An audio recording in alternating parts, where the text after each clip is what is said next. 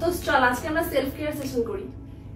করা যায়, তাহলে চল হেয়ার দিয়ে শুরু করি। হ্যাঁ চল।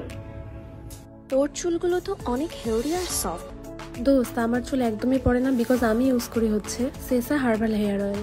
এই সেসা হেয়ার অয়েলে আছে এলাচ, নিম, লেবু, ভৃঙ্গরাজ, যা সহজেই চুল পড়া বন্ধ করে। এই হেয়ার অয়েলটি 100% হার্বাল অ্যান্ড এটিতে কোনো কেমিক্যাল নেই।